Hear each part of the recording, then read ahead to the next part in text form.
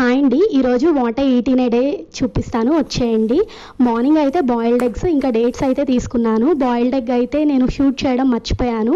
తర్వాత ఏదో ఒక ఫ్రూట్ తీసుకుంటా అండి డైలీ. ఈరోజు అయితే పపాయ తీసుకున్నాను. రోజు 1 to 1:30 ఆ టైంలో మాకు లంచ్ అయితే ఉంటుంది. ఈరోజు అయితే నా లంచ్ రైస్ ఇంకా ఆనపకాయ పప్పు అండ్ దాంతోపాటు కర్డ్ రైస్ అండి.